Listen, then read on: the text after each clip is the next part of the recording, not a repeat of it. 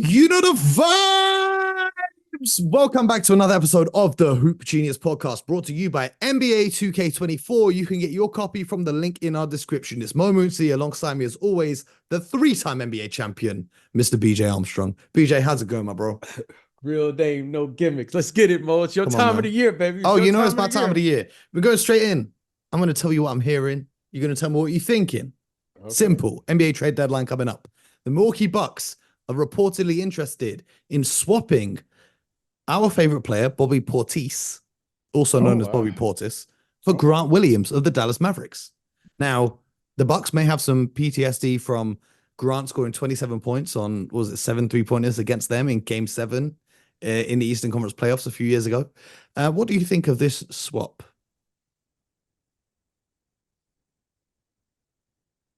Fascinating because Bobby Portis has Tease. been, he's been a he's been a very important, I would say, important player for them over the years. Mm-hmm. And the only reason I could see him moving at this stage would be financially, that he's maybe looking to secure a bigger contract. Well, he's under contract for $12 million next season, and the season after is 13.5 million, but that's a player option. Whereas Grant Williams is locked up for 12 million this year, 13, 13.5, and then 14 for the next Yeah, three yeah, years. financially, It's that just makes sense. more That long-term makes security. sense. Yes, so that makes sense in a market like Milwaukee to do something. That makes sense. That's the only reason I can see that. If you're looking at Bobby Portis, what he's been able to do, you're looking at a player for that number in that slot. He's already locked in, and he's a very productive player. So that makes sense financially. But as far as what Bobby Portis has done or what he means to that team over the years, Especially I would think, culture-wise, yeah, not I even think on the court. he's been very impactful. So, but that makes sense financially. You got to do what you got to do. So that makes sense. Yeah, you've got to bear in mind, for a lot of these teams, this and the offseason are the last chance they've really got to make big moves because as soon as next season begins, the new CBA rules come into effect with the second April teams going to be very limited. That means the teams who are spending a lot of money, like the Celtics and the Warriors and the Lakers, they're going to be very limited into what they can do. They can't aggregate players in trades for a certain amount of contracts and they can't sign guys on buyout markets and whatnot. But let's keep it flying. The Mavericks and the Pacers are reportedly interested in one Andrew Wiggins from Golden State. The Pacers and who else? The Mavericks, the Dallas Mavericks. That makes sense. That makes sense. That I could see that. Why? Well, financially, it fits. Dallas is very limited what they can do as Yep. far as what they can do with their team financially and the limitations of what they have. As far as, with obviously Luka and Kyrie taking up a large portion of their space. So to be able to get a player like Andrew Wiggins, a very good player who could come in and be a very significant player for them in the role they're looking for, which is a player who is a good player, but who would have to understand how to play his role. So he would fit into that. As far Yeah. as the Pacers, Well, the just Pacers just are, let's just stick on the Mavericks for one sec. please tell me. Andrew Wiggins is making $28 million. So to make that trade happen, it would have to be some combination of maybe um, Tim Hardaway and Dwight Powell and someone else going to Golden State on the other way. They don't have a contract that they can straight up swap because they've got Luca making 40, Kyrie making 37. Then it drops down to Tim Hardaway making 17. So they would have to lose some depth in their roster. But it wasn't too long ago. Andrew Wiggins was the second or third best player on a championship team. He doesn't look like that player anymore, but a new setting, new scenery could revitalize him. But you were going to say about the Pacers.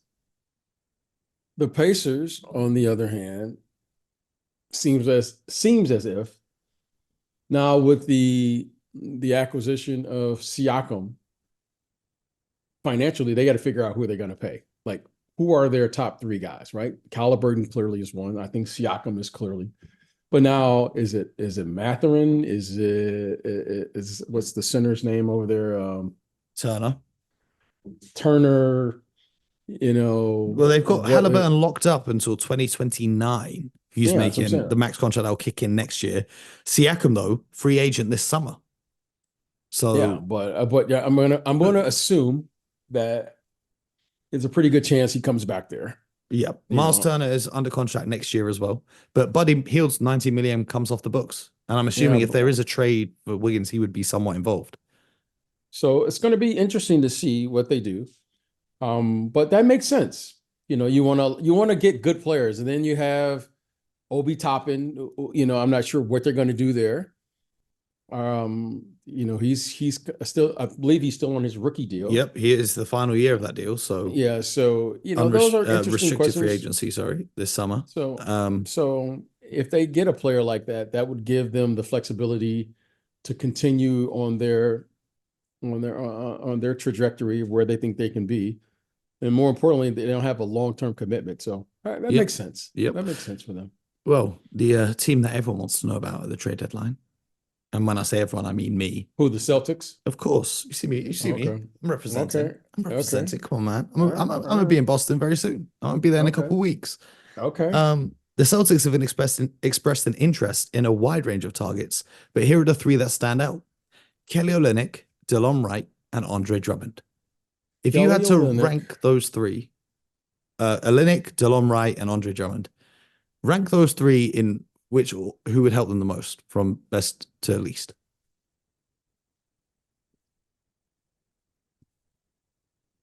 Well, I've said this from the start of the season, so I'm just going to stick to it. That they're missing a big. They don't have anyone that can play. Al Horford has been terrific throughout his career as playing as an undersized player. He's an undersized center. He's been an all-star as an undersized center. But there's a certain level of physicality that the game has to be played with. So I would think that Drummond would probably be the one player on their team that they don't have presently at the moment. They don't have a big who plays as a big. Kelly Olynyk and Porzingis to me are similar players. They're stretch bigs. Yeah, and Luke Cornett. Yeah, and then you have Delon Wright. To me, they're set at the guards, right? At the guard position. So I mean, I would they are set, but you got to think they're one injury away from being unset, because let's say Derek White or Drew Holiday gets injured, then what have you got? Peyton Pritchard starting in the NBA playoffs? How do you feel about Peyton Pritchard getting 30 minutes? Jaylen Brown to me is a two. Okay. Yeah, same. I mean, I'm not John Mazzulla. Yeah. Okay. I don't. That to me is a non-issue. That's not even okay. You miss whatever. You don't want. I don't like to see any player get hurt. However, Jaylen Brown and Jason Tatum at the 2 and the 3, I would argue that's probably even better. That is better. Okay. Shout out to Okay. So, but that's just me. Okay. Mm-hmm. So if they were able to get a big who can play with a certain level of physicality, right? It looks as if, the Cleveland Cavaliers are going to be one of those teams. They have bigs. Then you have, of course, we don't know the latest update on Joel Embiid. And then you have Bam Adebayo. Mm-hmm. And Al continues to truck along. However, I don't know what that's going to mean. Then you have the Lopez, Brooke Lopez, and you have Giannis. Yeah. So acquire a big like Andre Drummond, a bigger body that could play, give them really good minutes, and we know he can defensively rebound, block shots, and do things. I think that will give them another dimension to an already good team. So I think that would be a really good pickup for them. Well, you mentioned Embiid briefly there that we don't really know what's going on about him. And I saw something that really, I don't even know how to react to it. It's just the language in which they use when Woj and these guys break stories. So here's what Woj said. Breaking. 76ers star Joel Embiid, the reigning MVP, will undergo a procedure this week to repair a left meniscus injury. A team official tells ESPN. Recovery timeline is expected after the procedure, but expectation is he will miss an extended period of time.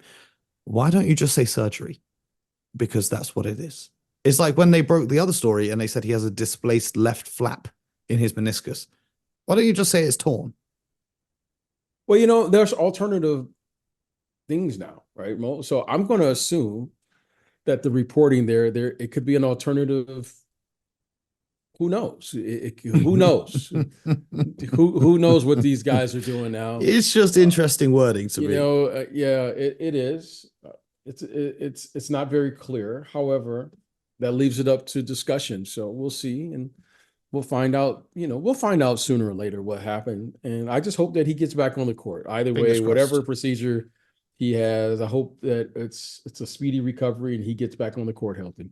Absolutely. Well, speaking of Andre Drummond, though, just before we spoke about Embiid, he's drawn trade interest from the Celtics, the Mavericks, the Lakers, and the Suns. Interesting, because he was on the Lakers not too long ago, and they didn't really seem to want him back. The Mavericks. Well, I think they're listening to the podcast because you and I have been saying. Well, I know I've been saying. I know. I've been saying this for how long? I mean, I've been saying this for so long now. And I probably have an unfair advantage in this regard. I've been watching Anthony Davis since he was in high school.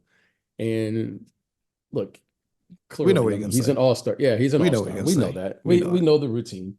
But it makes sense why the Lakers would do that. Why not have him there? And maybe it's a different scenario with Darvin Ham as a coach. Yeah. Okay. Maybe that's it. Maybe that's different. But I think he's a really good player. I believe he was a former All-Star, if I remember correctly. Yeah, one time. The NBA yeah, one time he was. So I just think he's a really good player. So it makes sense, and I think it makes sense for the Lakers. And clearly, the Lakers are trying to figure out what's their missing piece that's going to help them, especially in the second half of the season. Yeah, and he's on a minimum contract, generational rebounder. Even if half his offensive board comes off his own misses. Shout out to Andre Drummond. The Mavericks, I guess that would just be backup for Derek Lively Jr. The Suns, I guess he would just be a backup for Nurkic, who's had a number of injuries over his career. So that might be interesting. But the Rockets were also considering making a move for him before they made their move for Steven Adams. So that tells me they're kind of standing pat in terms of their bigs over there in Houston. But I'm still keeping an eye out for the Jalen Green move, which brings me to my next report that the Bulls are seeking an OG Anunoby type deal for Alex Caruso. What does that mean? I don't even know. What does that mean? That means one or two young promising players like RJ and Emmanuel Quickly and some sort of second round picks would be the thing. And I think Houston have got a number of young guys. Number one being Jalen Green, who they could send over. Who are they considering this for? Caruso? Alex Caruso.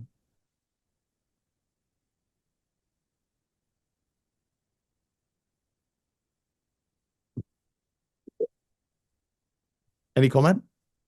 No, let's move on. Well, he has a $9 million salary and a part guaranteed $10 million salary for next season. I think only $3 million of that is guaranteed. So whoever trades for him gets him for their playoff run, and they get some level of flexibility next summer. So that's interesting. You're not a fan of Alex Caruso, BJ? I love Alex Caruso. I love Alex Caruso. Would you trade Jalen Green for Alex Caruso? Because I would. No, I wouldn't. Why not? Because one is on a rookie scale deal, and that fits me economic. That's beautiful. They are making the same amount of money, despite one being a veteran, one being a rookie. Yeah, and age and all the other things. Yep. No, I'm not doing that. That's not even a consideration for me. Okay. The Washington Wizards are among a few potential sellers at the trade deadline, and Kyle Kuzma is considered their top asset by rival executives. They're looking for a future first-round pick after 2024 to part with Kuzma. Which teams do you think Kuzma would be a good fit on? Yeah, it would be fascinating to see how other teams view Alex, not Alex Caruso, Kyle Kuzma. Kyle Kuzma. Yeah, it would be fascinating to see. Do teams view him as a starting player here?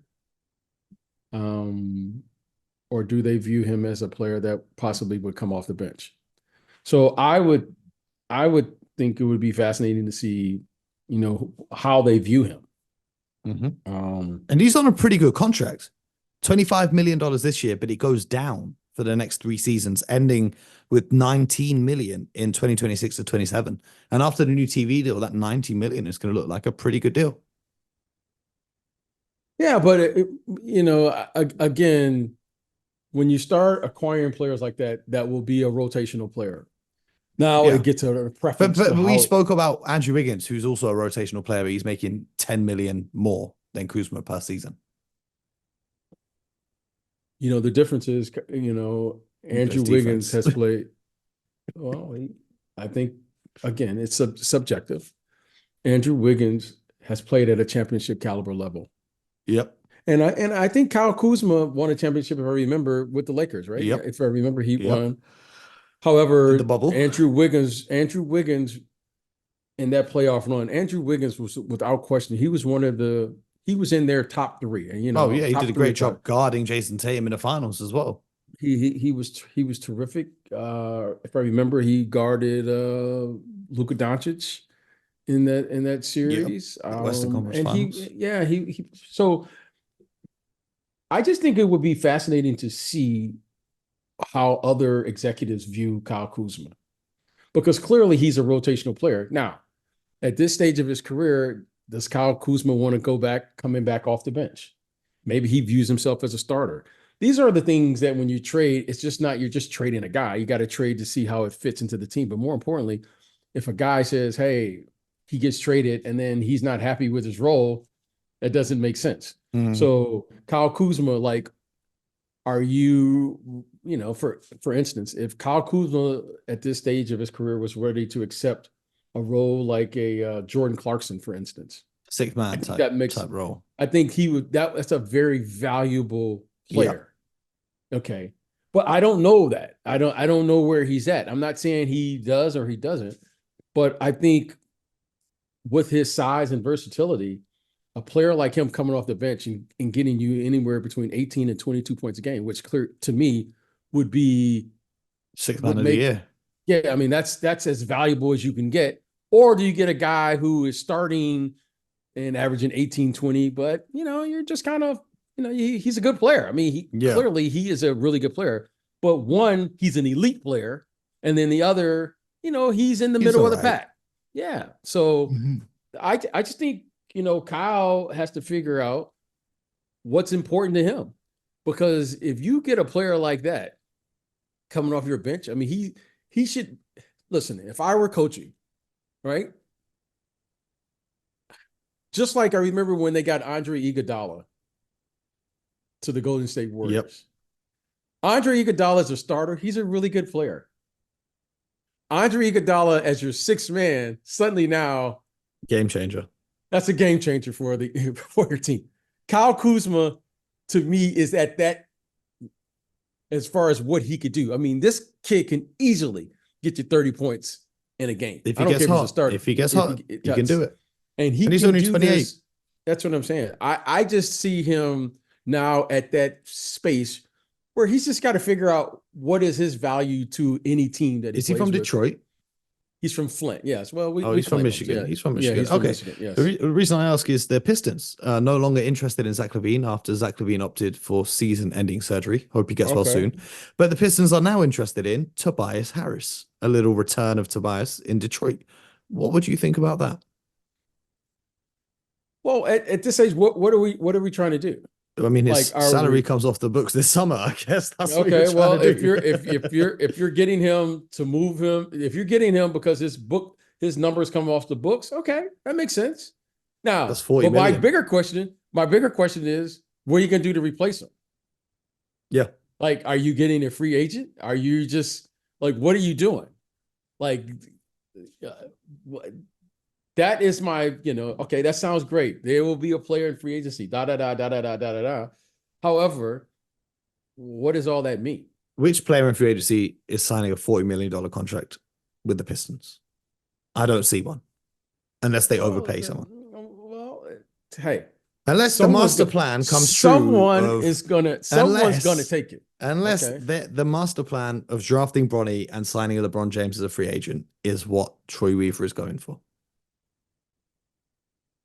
Again, what's the game plan? Because I tweeted that as a joke months ago, and if they're trading for Tobias Harris to clear the cap space, my joke is looking more and more likely to come true, which I find absolutely hilarious. If that is the master plan, BJ, you're going to become a Celtics fan with me. That's going to have to be it. If that's the vision. If that's the vision. Also, your boy Killian Hayes is on the trade market, I heard. Yeah, I've heard that. You know, do you think I don't who know. do you think is going to be interested in him? I think there would be a team interested in him. I would take a look at him. Any ideas? I would take a look at him. Well, Minnesota are expressing interest in Tyus Jones, Monte Morris, and Bones Highland because Mike Conley, their point guard, is 36 years old and is a free agent this summer. So they're looking to get younger at that position. What do you think about trading for any of those names in Minnesota? I think Tyus Jones would be a fantastic fit on that team. He's a Minnesota kid. That makes sense to me. Yep. Oh, he's from there. He's from Minnesota. So yeah. I think that would be great for him. But back to Killian Hayes. Yeah, but Killian Hayes, I think there would be teams who would be interested. I would take a chance on a Killian Hayes. And the reason being is they're always, I'm a firm believer in this. There are always good teams, good players on teams who have, bad records, not that they're bad teams. It just doesn't work there. So he's got good size. I mean, if I were the San Antonio Spurs, for instance, I would take a 100%. Good He's look. French. I'd pair him with Wemby straight away. I would take a good look at a kid like that. I'm always looking for good. Listen, he has one of the key ingredients that I love for any guard, any young guard. He's got size and he plays defense. Now, and you've heard me say this, the hardest position to learn is the point guard position. It's the hardest one. And you add on top of it, he hasn't been in a winning environment. So it's been, okay. So you come over here from Paris, from France. You played in Germany. Played in Germany. I think he played in Florida for a little bit before the draft. And then, and then you play here, and it hasn't been easy selling. But he does some things that I really like. And I will say this. I think he could be a good player on a good team. I really do. Yeah. And if I'm the Spurs, I'm doing that trade.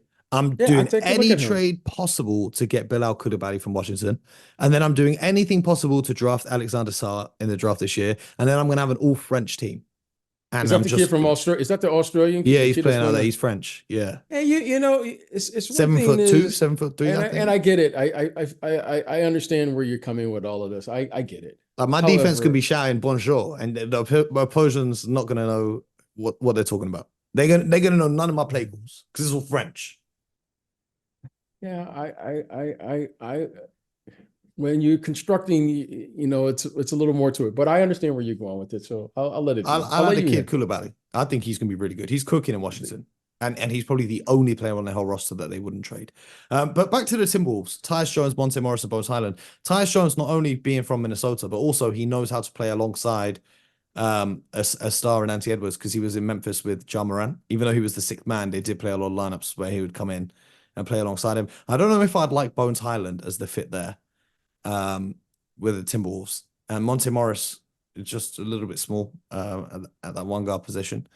But BJ, are you hearing anything? There's a lot of chatter. I've been doing this so long now that I just go, okay, let's see what's going on. I think the teams up top have to make a trade. I think OKC is going to have to make a trade. They're going to have to address their glaring weakness, which is they're going to need a big. They're going to have to get a big, right? I love what Chet level, Holmgren. like a starting big or a backup big? Because a starting big now changes what's worked for you all season long. Okay, so let's look at this in depth. They have currently, I think they have the best record or the second best record in the league or in the Western Conference. So they're going to need a player to complement what they're already doing. They don't need a starting center, right? But that's so. But what they are going to need though, as they get into the playoffs, they're going to need a player who can play versus bigger, stronger players, right? Valanciunas may be there. Jokic is going to be there. Andre Drummond may be there. It's whoever, they're going to need to play. Chet Holmgren, he's a few years away before he's going to physically be able to mature. Like next season, Steven Adams will be there as well. So. Yeah. So they're going to need a physical presence who can play a minimum of 15 to 18 minutes a night. Clearly, they have a style of play that you're going to have to also adjust to because they play fast, but they're going to need a player as the game slows down. So I would think that they're going to look at the entire market and look for a player who can integrate and play their style of play and give them a level of physicality that they currently don't have. Sabonis and these guys are strong. They're big men. So I think they're going to look to do that. If I were the Minnesota Timberwolves, I would also look to add a big. And the reason being is because, you want to have the security if one of those guys are down for a little bit or what have you. They're going to need another 6 fouls to be able to play against Jokic and these guys. Okay, they're going to need that. If I were them, the Lakers are going to need a big. At some point. Not that they're going to be in the playoffs, but San Antonio is going to need a big to figure out what they're going to do with Wemby. You just can't keep leaving him alone out there at his size right now. But Philadelphia probably is going to look to add a big. So I think, bigs will be in demand, and your Boston Celtics. Yep. So I expect some of those guys. Now, I will say this. Now, what I am hearing is I think DeAndre Ayton may be moved. Ooh. DeAndre Ayton came out last week and said he's a max player and he'll continue to play like one, which I've not seen. But continue. But I think Ayton may be moved. I think he may be moved. And it's going to be interesting to see. I'm just hearing in my little conversations that I've heard his name now a few times. So I would not be surprised if he is moved here by the deadline. Interesting. Well, BJ, there's only one place to keep up to date with the best trade news. It's with Mo. It's not here. It's not here on the podcast. It's with Mo. Of course, so it's here on the podcast. Just keep up with Mo. He'll be tweeting all day. Of course, it's all here on the night. podcast. And the great news is that Mo Mootsie is trading London for Indianapolis next week to go to All-Star Weekend. Is it next week? Is it when is All-Star? Yeah, BJ, it's not this weekend coming up. It's the one after. Oh, wow. Yeah. Oh, my. 10 days. 10 days. Wow. Oh, gosh. I'll see you in the cold of Indianapolis.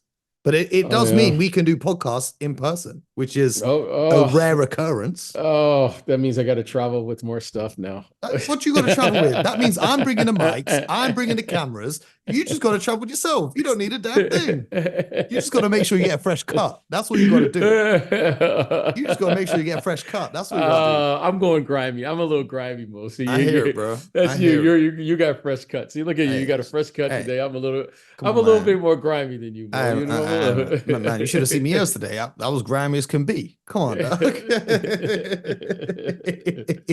Anyway, we appreciate you guys tuning in. Make sure you subscribe, YouTube, Spotify, Apple, or wherever you get your podcasts from. We'll be back tomorrow with another one. And until next time, make sure you get buckets.